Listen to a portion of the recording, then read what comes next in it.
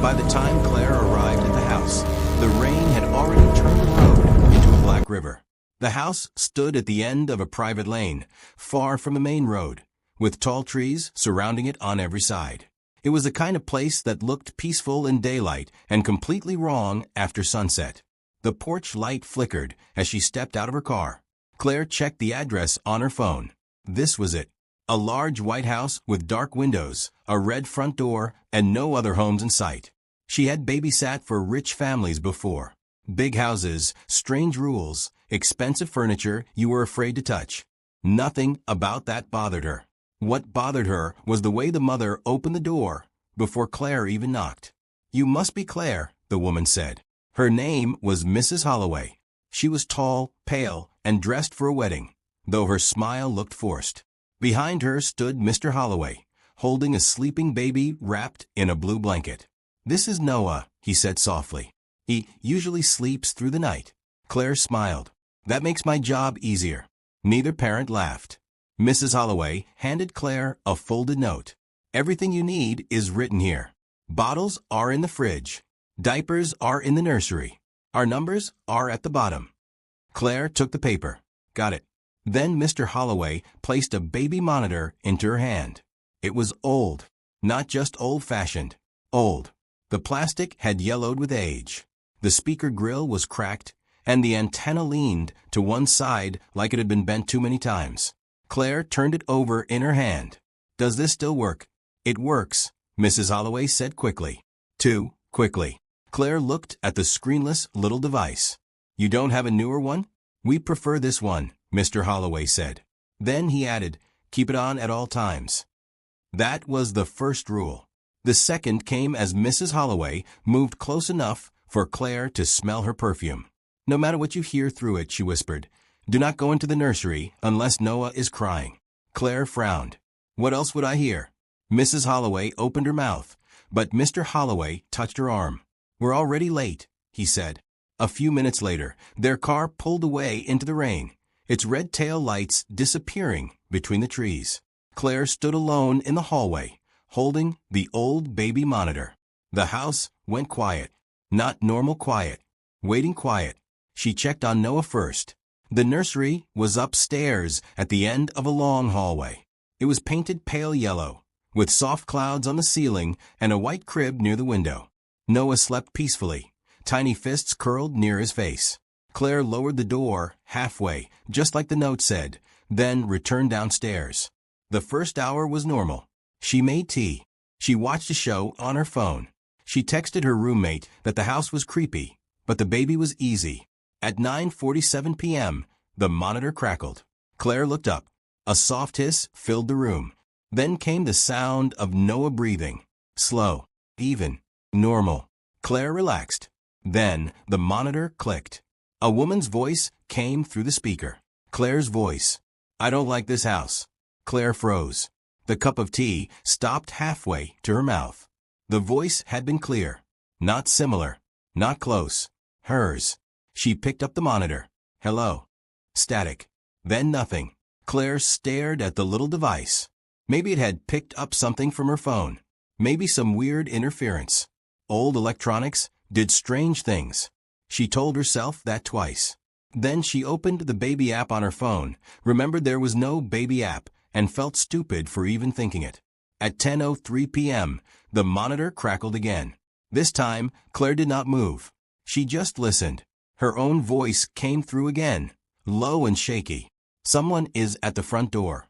Claire stood up so fast the blanket slid off her lap. The living room was silent. The front door was 20 feet away. No one knocked. No one rang the bell. Claire held her breath. 10 minutes passed. At exactly 10:13 p.m., 3 knocks hit the front door.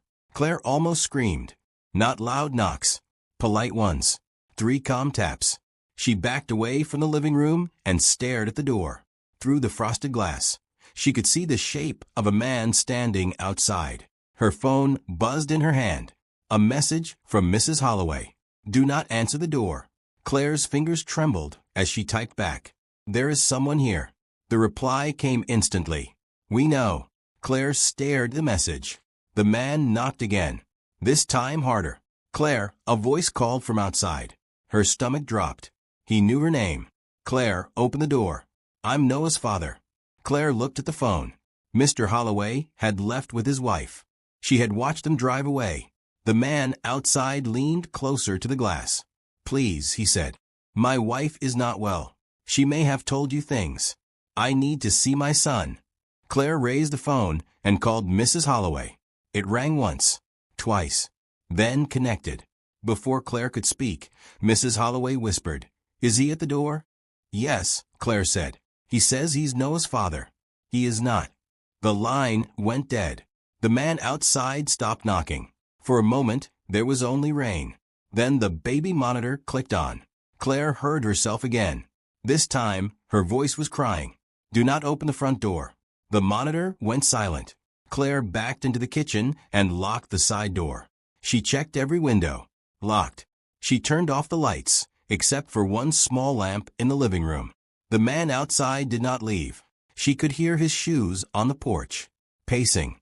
At 10:31 p.m., Noah began to cry. Claire looked upstairs.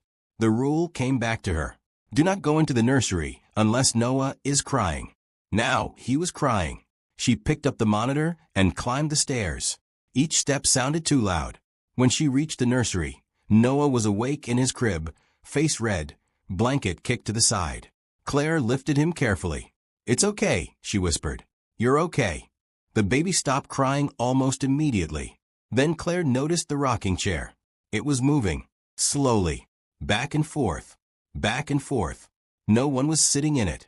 Claire stared at the chair until it stopped. She carried Noah downstairs and fed him a bottle in the living room. Try not to look at the front door. The man was gone from the glass. That should have made her feel better. It didn't. At 10:46 p.m., the monitor made a sharp popping sound. Claire flinched. Noah was asleep in her arms. Then a voice came through. Not Claire's. A man's voice. Calm. Close. Put the baby back. Claire stopped breathing. The voice had not come from upstairs. It had come through the monitor. She slowly turned her head toward the hallway. Empty. The monitor crackled again. This time it was Claire's voice. I found the picture. Static. Then silence. Claire looked around the living room. Picture? There were framed photos on the walls. Wedding photos. Family portraits. A picture of Mrs. Holloway holding Noah in the hospital. Claire stood slowly, still holding the baby, and walked toward the mantel. One photo was turned face down. It was the only one. She did not want to touch it, but her hand moved anyway. She lifted the frame. The photograph showed a young woman sitting on the same sofa Claire had been sitting on. She was holding a baby wrapped in a blue blanket. The woman looked terrified. Claire turned the frame over. On the back, written in black marker, was a date. October 12, 1998. Claire felt the room tilt. That was 28 years ago. She looked down at Noah. He slept peacefully against her chest. Noah was not 28 years old. That was impossible. A loud thump came from upstairs. Claire jumped. Then another. Something was moving above her. Not in the nursery. Above the nursery. The attic. She looked at the folded note again. There had been no mention of an attic. The baby monitor clicked. Claire's voice came through shaking. I should have left when I found the picture. Then another sound came through. A baby crying. Not Noah. The cry was older, distant, wrong. Claire grabbed her keys from the table. She was leaving. She would take Noah, drive to the police station, and call the parents from there. She wrapped him tighter in the blanket and headed for the door. The monitor screamed with static. Then Mrs. Holloway's voice came through. Not from the phone, from the monitor. Claire listened carefully. Claire stopped with her hand on the lock. Mrs. Holloway sounded younger, much younger. I know what you are thinking. I thought the same thing. I tried to leave too. Claire slowly lowered her hand. The voice continued. The monitor does not show the future.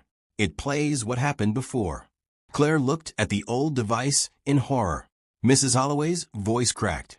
I was the babysitter. Claire whispered, No. The monitor hissed.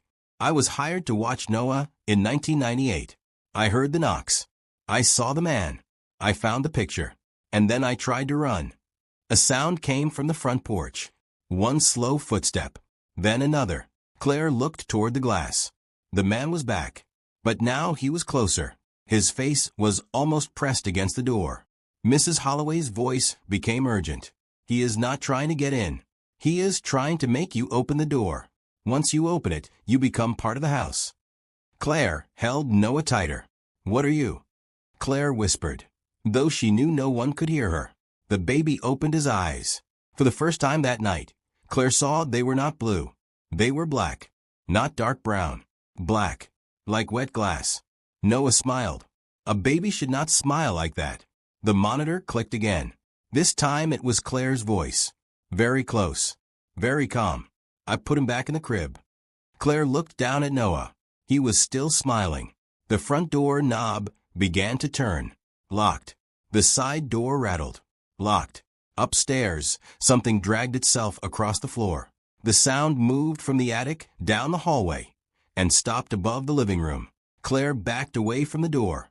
The monitor crackled. Her own voice came through again. I know why they hired me. The baby in her arms began to feel heavier. Too heavy. Claire looked down. Noah was still small, still wrapped in the blanket, but his weight pulled at her arms like stone. The old baby monitor spoke one final time. It was Mrs. Holloway. They need someone new to hear the night. The lights went out. Claire ran. She did not open the front door. She did not go upstairs. She ran to the kitchen, unlocked the back door, and stepped into the rain.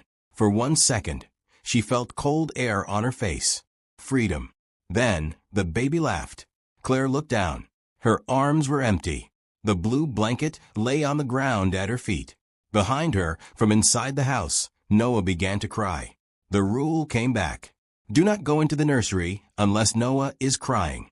Claire turned toward her car. Then she heard the monitor. Somehow, it was in her hand again. It clicked on. A new voice came through. A girl's voice. Young. Scared. Hello? Mrs. Holloway said you would show me around before they leave. Claire stood in the rain, staring at the dark house. Inside, the porch light flickered on. Through the front window, she saw herself. Not as she was. Older. Paler. Standing beside Mr. and Mrs. Holloway. Smiling at a new babysitter. Claire tried to scream, but no sound came out. The front door opened. Her own voice floated through the rain. You must be Jenna. The new babysitter smiled nervously. Behind her, a baby monitor crackled. And somewhere upstairs, Noah began to cry.